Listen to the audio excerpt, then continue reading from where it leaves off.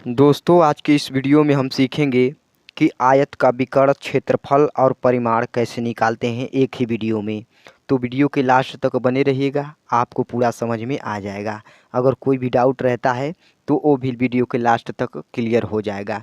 तो आइए सबसे पहले हम आयत का विकर्ण का फार्मूला कैसे आता है उसे जान लेते हैं और उस पर भी सवाल करेंगे। तो पहले फार्मूला निकाल लेते हैं।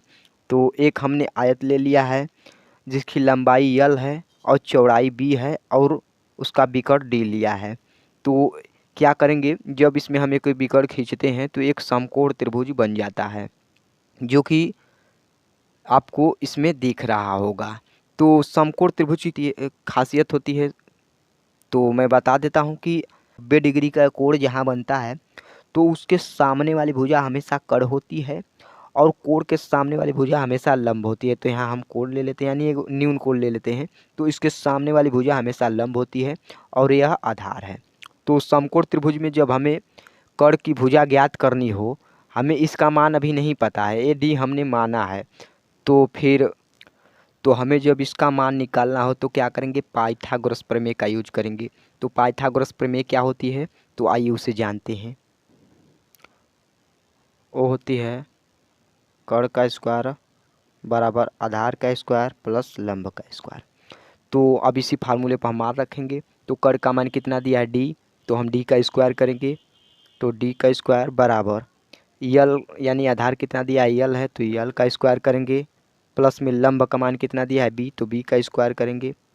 तो अब हम क्या करेंगे, नीचे डी स्क्वायर का मान निकालेंगे। तो क्या करेंगे, ये स्क्वायर है तो इस साइड जाएगा तो अंडर रूट में चला जाएगा ये सभी। तो डी बराबर होगा रूट में l square plus b square, इसका विकर्ण होगा। अब आइए जान लेते हैं कि इसका परिमाण कैसे निकालते हैं। तो परिमाण बेसिकली क्या होता है दोस्तों, मैं आपको बता दूं कि ये जो चारों तरफ की दूरी है इसी को हम परिमाण कहते हैं। तो सिंपली एक फार्मूला लॉजिक से बनाया गया है कि इस दो लंबाई है और दो चौड़ाई है। तो क्या किया गया है फार्मूले में कि लंबाई और प्लस चौड़ाई को जोड़ दिया गया है और इनटू में 2 कर दिया गया है। कि फार्मूला भी नहीं याद है तो भी चारों भुजाओं को जोड़ देंगे तब भी इसका परिमाण आ जाएगा, अन्यथा फिर आप फार्मूले की मदद से भी सीख लेंगे। और क्षेत्रफल आयत का होता है लंबाई इंटू चौड़ाई। इसकी लंबाई है, ए इसकी चौड़ाई, लंबाई इंटू चौड़ाई का गुणा कर देंगे तो क्षेत्रफल निकल के आ जाएगा। तो आइए हम भी लिख लेते हैं, क्षेत्रफल को ए लिख लेते हैं। ए बराबर इसका क्षेत्रफल होगा यल इंटू बी। अभी मैंने परिमाण बताया, परिमाण को परिमाण कह सकते हैं। परिमाण होगा बराबर 2l प्लस बी, क्योंकि अभी हमने बताया। तो ये अब हम इस पे सवाल करते हैं। तो इस आयत में दिया है लंबाई 24 सेंटीमीटर दिया है और चौड़ाई 7 सेंटीमीटर। तो सबसे पहले हम क्या करेंगे, इसका क्षेत्रफल निकालेंगे, उसके बाद हम परिमाण निकालेंगे, उसके बाद हम परिधि निकालेंगे, यानी परिमाण निकालेंगे उसके बाद विकर्ण निकालेंगे। तो आइए क्षेत्रफल निकालेंगे। तो क्षेत्रफल का फार्मूला क्या होता है, वो होता है ए बराबर लिख लेते हैं, क्षेत्रफल की जगह ए लिख लेते हैं। उसके बाद लंबाई इंटू चौड़ाई होता है तो यल इंटू बी कर देंगे। अब हम नीचे लिखेंगे मान। तो ए बराबर लंबाई कितना दिया है, इसमें 24 सेंटीमीटर दिया है तो हम 24 लिख लेंगे, इंटू में चौड़ाई दिया है 7 सेंटीमीटर तो 7 लिख लेंगे।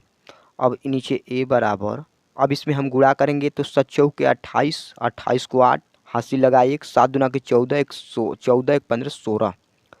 तो इसका आंसर होगा, यानी इसका क्षेत्रफल होगा 168 सेंटीमीटर स्क्वायर। अब आइए हम इसका परिमाण निकाल लेते हैं। तो परिमाण कैसे निकालते हैं, अभी हमने फार्मूला बताया, उसका क्या होता है फार्मूला, परिमाण का अभी हमने आपको फार्मूला बताया। क्या बताया कि परिमाण बराबर 2 इंटू में यल प्लस बी कोष्टक बंद। तो अब हम मान रखते हैं। तो यल का मान 24 सेंटीमीटर दिया है और बी का मान दिया है 7 सेंटीमीटर, यानी लंबाई दिया है 24 सेंटीमीटर और चौड़ाई दिया है 7 सेंटीमीटर। तो अभी इसमें मान रख देते हैं। तो लिख लेते हैं परिमाण बराबर 2, यल का मान कितना दिया है 24 दिया है, प्लस बी का मान दिया है 7। तो अब इसे हम जोड़ देंगे तो परिमाण लिख लेंगे, परिमाण परिमाण बराबर 2 और 24 में हम 7 जोड़ेंगे तो 4 7 4 11 होता है। 11 को 1 लिख लेंगे, उसके बाद 2 2 और 1 3 यानी 31 होगा। अब इस 31 का गुणा हम 2 में करेंगे तो 62 होता है। तो नीचे लिख लेंगे परिमाण बराबर 62 सेंटीमीटर इसका परिमाण आएगा। अब आइए इसका हम विकर्ण निकालते हैं। तो विकर्ण का अभी अभी हमने फार्मूला सीखा। क्या सीखा? विकर्ण बराबर अंडर रूट में l square plus b square.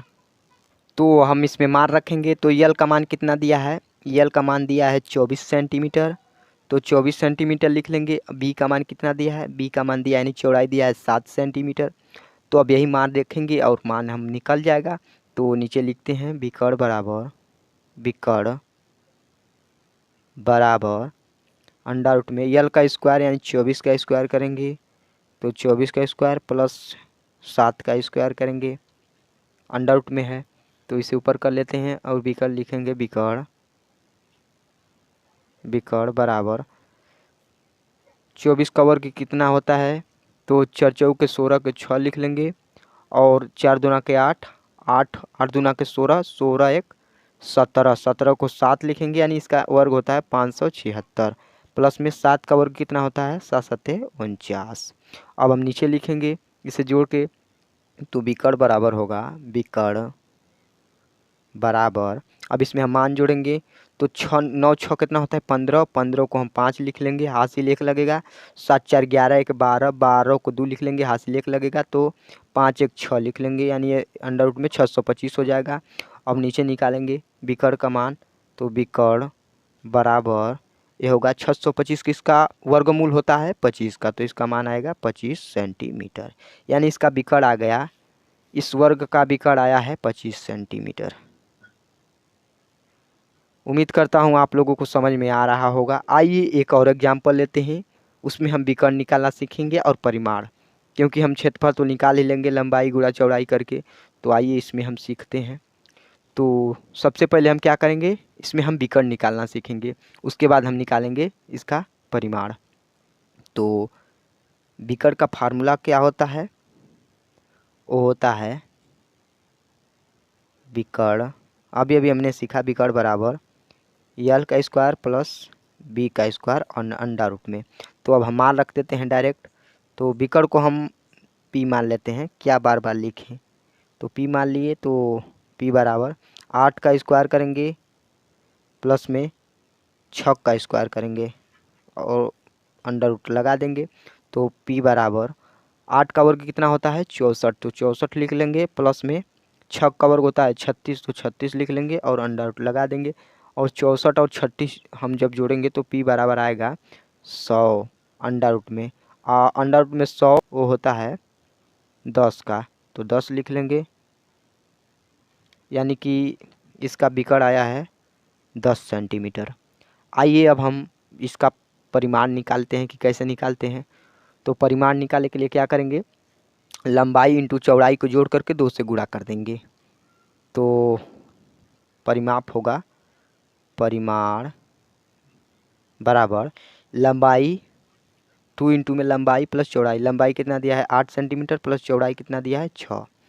अब परिमाप आएगा, परिमाप बराबर 2 इंटू में 8 छंक 14, 14 को लिख लेंगे और 2 का गुणा इसमें कर देंगे। तो परिमाप